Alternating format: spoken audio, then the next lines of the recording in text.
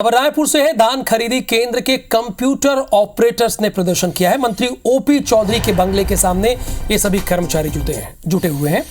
27% वेतनमान देने की मांग कर रहे हैं। कल मंत्री विजय शर्मा के बंगले के सामने प्रदर्शन किया था और आज वित्त मंत्री ओपी चौधरी के बंगले के सामने धान खरीदी केंद्र के कंप्यूटर ऑपरेटर्स प्रदर्शन कर रहे हैं। यानी जो धान खरीदी केंद्र में कंप्यूटर ऑपरेटर बैठते हैं वो प्रदर्शन कर रहे हैं। ये 27% वेतनमान देने की मांग कर रहे हैं। अब ये 27% वेतनमान देने की मांग की वजह क्या है? 27% वेतनमान बढ़ोतरी चाहते हैं, ये भी समझना होगा। कल मंत्री विजय शर्मा के बंगले के सामने प्रदर्शन किया था। राजेश राज, ये जो धान खरीदी केंद्र पर कंप्यूटर ऑपरेटर बैठते हैं, कल भी इन्होंने प्रदर्शन किया और आज भी वित्त मंत्री के बंगले के बाहर प्रदर्शन कर रहे हैं। इनकी मांग क्या है?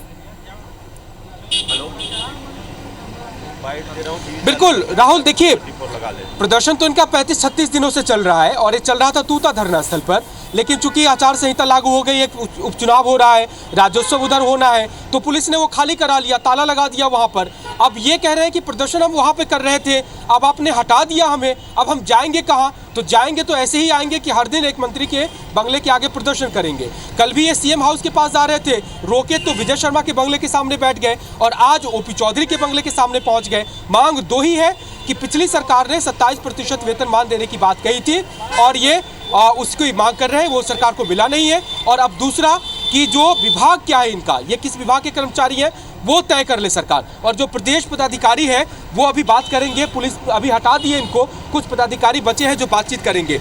यही दो मांगे हैं, सरकार कुछ कर रही है?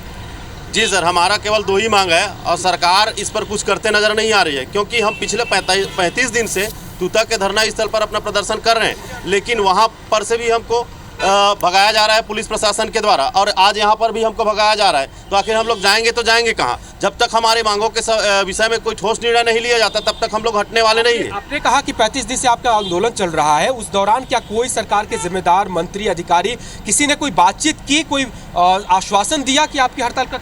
जी, हमारी बात खाद्य सचिव से भी हुई थी और हम स्वयं माननीय मुख्यमंत्री जी से जाके मिले थे, इनसे भी मुलाकात हुई वित्त मंत्री जी से, और सारे मंत्री जो है जितने कैबिनेट में बैठते हैं और जो हमारे विभाग के सभी विभागीय सचिव अधिकारी जो हैं उन सबसे बात हुई है। उन्होंने हमको ठोस आश्वासन दिया था 16 तारीख को जो कैबिनेट की बैठक होगी उसमें आपके मांगों के समक्ष निर्णय, उसके पक्ष में निर्णय लिया जाएगा और आपके मांगों को पूरा क्रियान्वयन किया जाएगा और आपकी हड़ताल की समाप्ति की घोषणा भी करवाएंगे। लेकिन 16 तारीख से लेकर अब तक के कोई ऐसा निर्णय लेते हुए हमको नजर नहीं आया। लेकिन उस कैबिनेट में एक फैसला तो आप लोग के संदर्भ में हुआ था कि 18,500 करीब आपको वेतन मिलेगा, क्या वो सफिशिएंट नहीं है?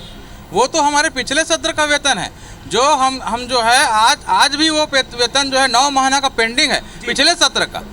मतलब वो तो एक और अमानवीय कृत्य हो गया कि 7 महीने आदमी हम काम करके बैठे हैं, उसका वेतन नहीं दिया गया था। तो उसको कैबिनेट में प्रस्ताव किया गया है और वो जो हलीबापोती किया गया है। ये बताइए, अब तो धान खरीदी शुरू होगी नवंबर 15 से सरकार। राजेश, आप इन सभी से बातचीत जारी रखिएगा, इन लोगों से बातचीत करते रहेगा।